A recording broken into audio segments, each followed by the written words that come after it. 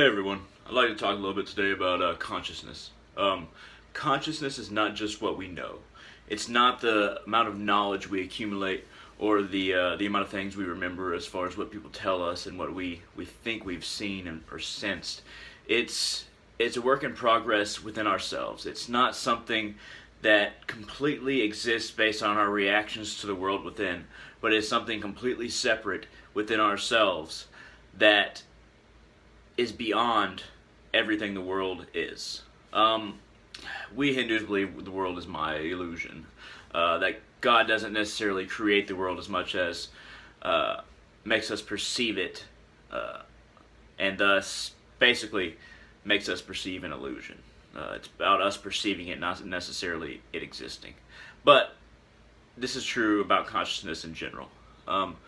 Consciousness is that flake of gold which is wrapped in so many layers that it is barely exposed to the air of reality. Consciousness is aided through the senses, but it is just as much hindered through the senses.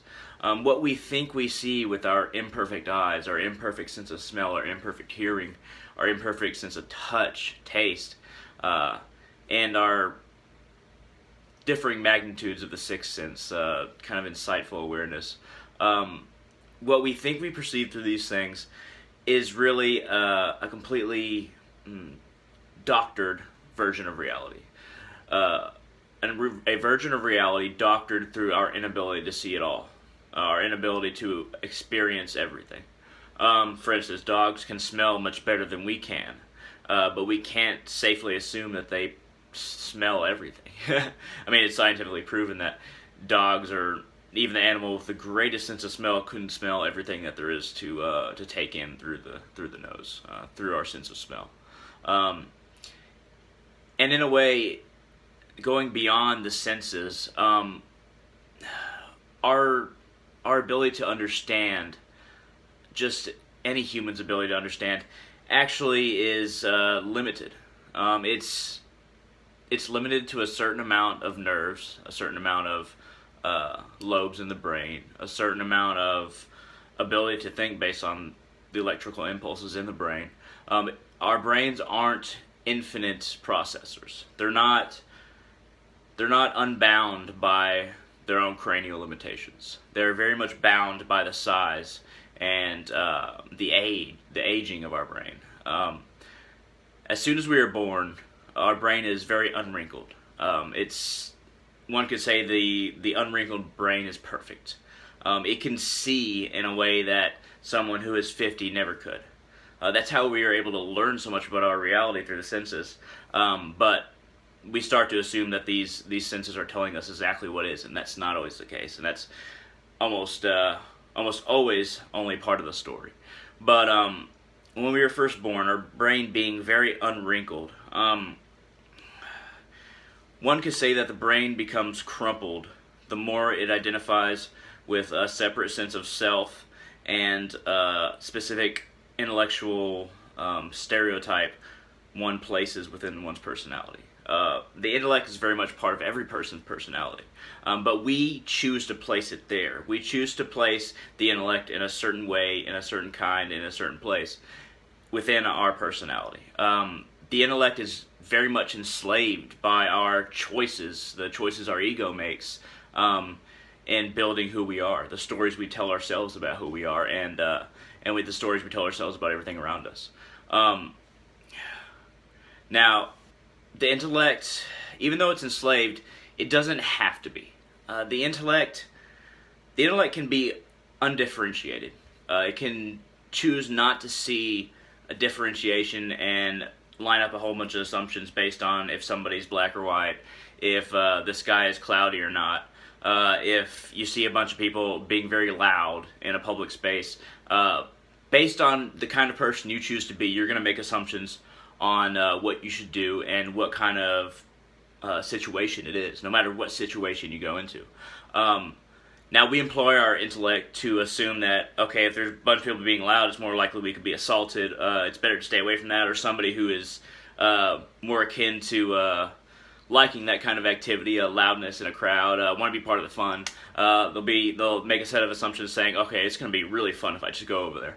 And then that's just a simple example, but there are a number of assumptions that slowly build up as we age about what we encounter from a certain situation. And these assumptions come from a variety of places, and they're new. This is why they're so numerous.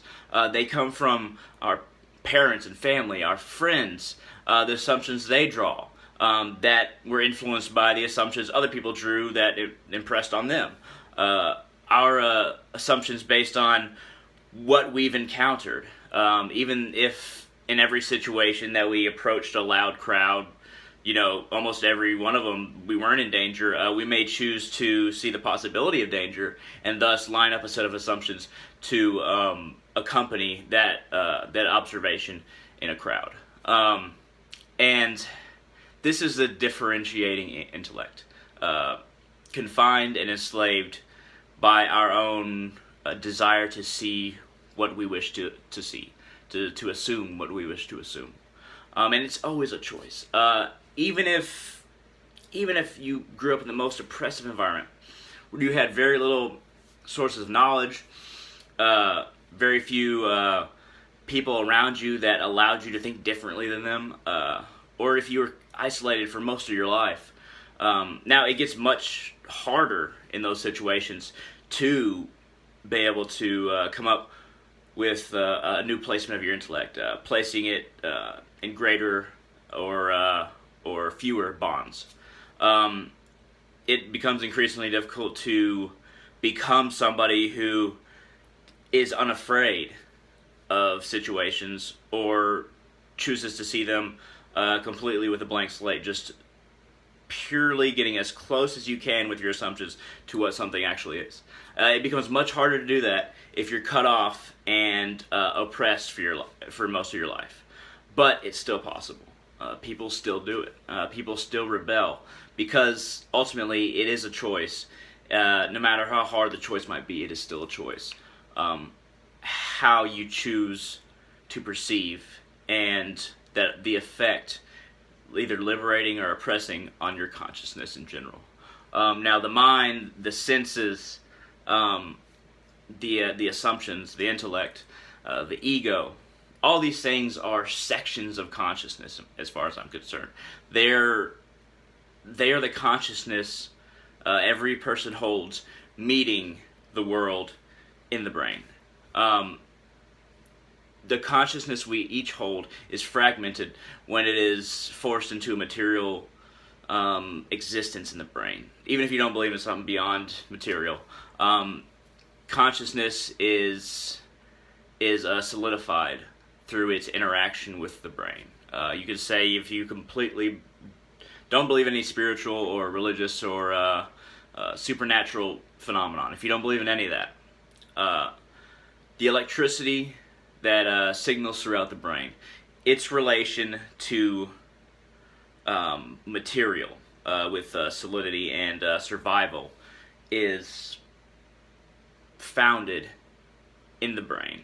It's the brain is the bridging point between consciousness, if you want to say electricity in the brain, that's consciousness, and if you want to be spiritual or religious, you could say spirit, you could say soul. Soul is a little bit more divided than spirit. Spirit is the life force, which would be more associated with consciousness in the material realm. But anyway, that point, whatever you believe consciousness is, the brain that we have is that point which it meets the world. And we need to not necessarily just unpollute our bodies with different chemicals and different things we shouldn't eat, but we should also consider the kinds of things that we think. A lot of people are okay with being ignorant just in their heads. They say, okay, I'm just being ignorant in my head. I'm not hurting anyone. It's easy to assume certain things. It's easy to say, oh, that guy's a fucking asshole, or that chick is really fine, man, or just oh, that idea is so stupid. Why does he think that? Or why does that whole religion, that philosophy, that politic think that way? That's so stupid.